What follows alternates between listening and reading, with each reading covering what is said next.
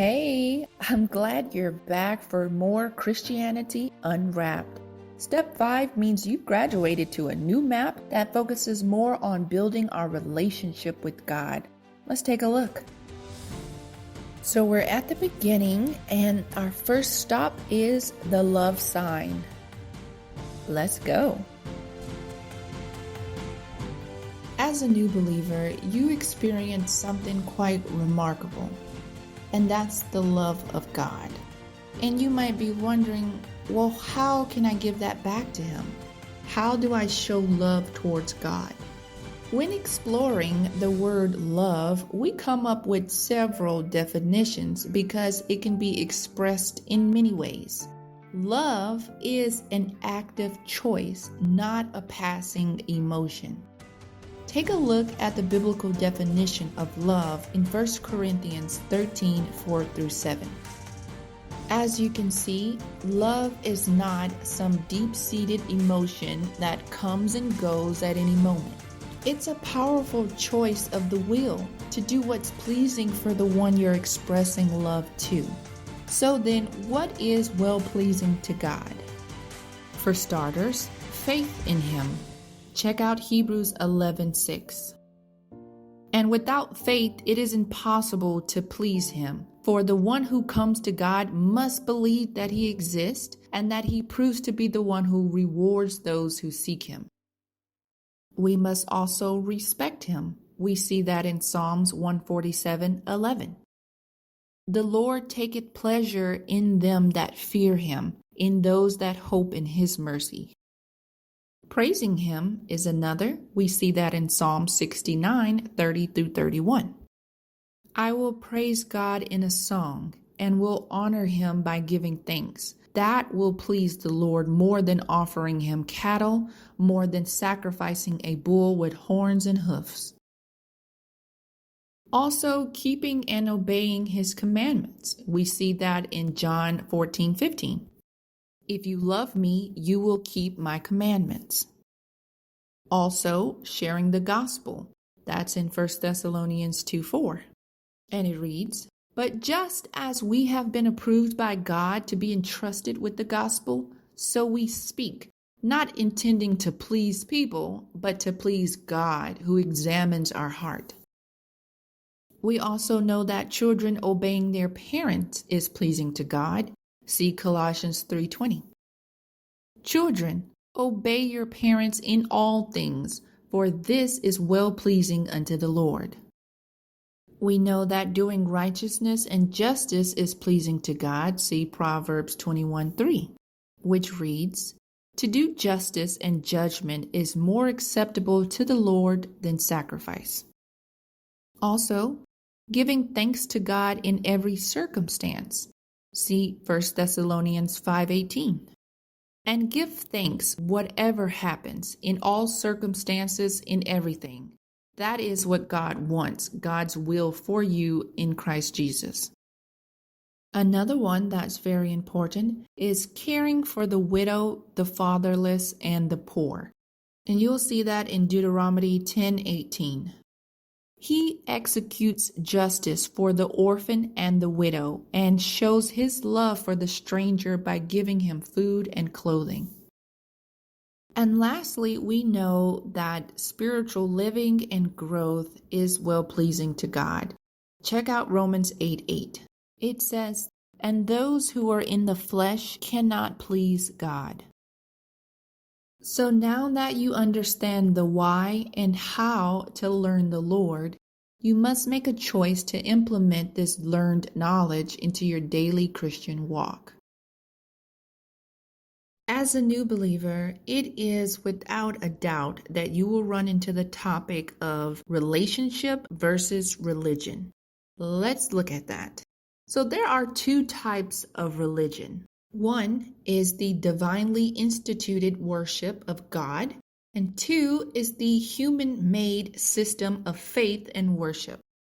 So God told Adam, the first human being, how to worship Him, and Adam taught this to his children. However, Cain, the son of Adam, decided to make up his own religion, offering harvest crops instead of animal sacrifice, which God rejected.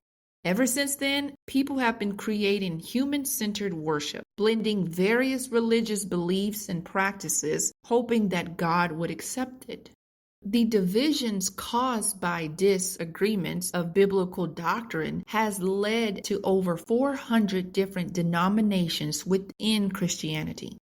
Several denominations require their members to meet special conditions, and a refusal can result in being outcasted, even though you're a true Christian.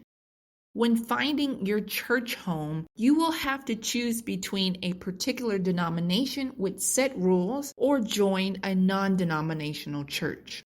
When making this decision, I want you to consider Romans 14:5 through 12. And it reads, "One person values one day over another. Another values every day the same. Each person must be fully convinced in his own mind. The one who observes the day observes it for the Lord, and the one who eats does so with regards to the Lord, for he gives thanks to God. And the one who does not eat, it is for the Lord that he does not eat, and he gives thanks to God. But as for you, why do you judge your brother or sister?" So the Bible tells us that we shouldn't abuse our Christian freedoms or condemn our brethren for exercising their liberties. All in all, we are brothers and sisters in Christ who died to set us free so that we can enjoy this life God has given us. Check out Galatians 5:1. So Christ has truly set us free. Now make sure that you stay free and don't get tied up again in slavery to the law. Listen closely. Jesus Christ loves you, and he wants a personal relationship with you, not a religious system made up of traditions and routines. Come on, how about I race you to the end? Then we can take a break, rest, and enjoy these views. Looks like I won. You owe me lunch. Let's turn around and head back.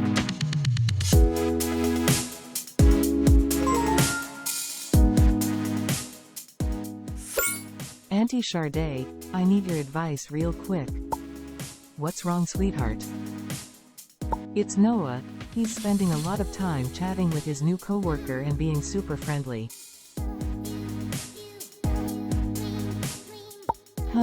That can be a bit concerning. Tell me more. I'm trying not to show it, but it's making me feel insecure. I see how they act together. Got it. It's going to be okay. Are you going to talk to Noah about this?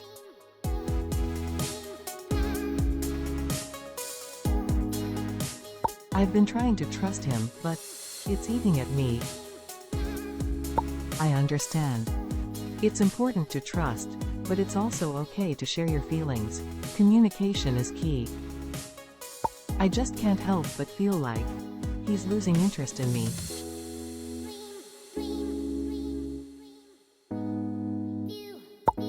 Yeah, it's hard when insecurities creep in. Do you have any specific reason to doubt him? Well, he's so friendly with her. I've even seen them sharing inside jokes. It's driving me crazy. And how does she act around him? Flirty or respectful? I'll send a picture. Hang on.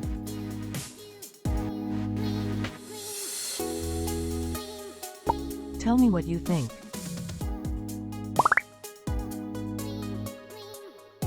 Wait a sec, was this taken today?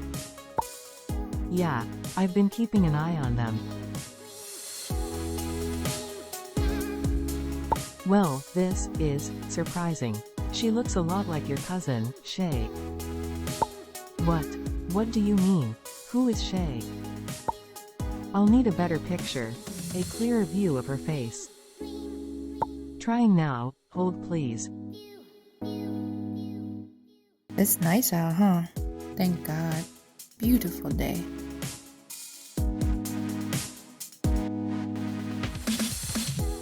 Noah just caught me doing this. You know what?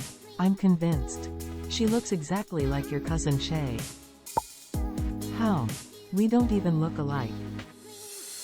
It's a long story, but wow, It's all making sense now. Nothing is making sense. Calm down. I will call you later and we'll chat more.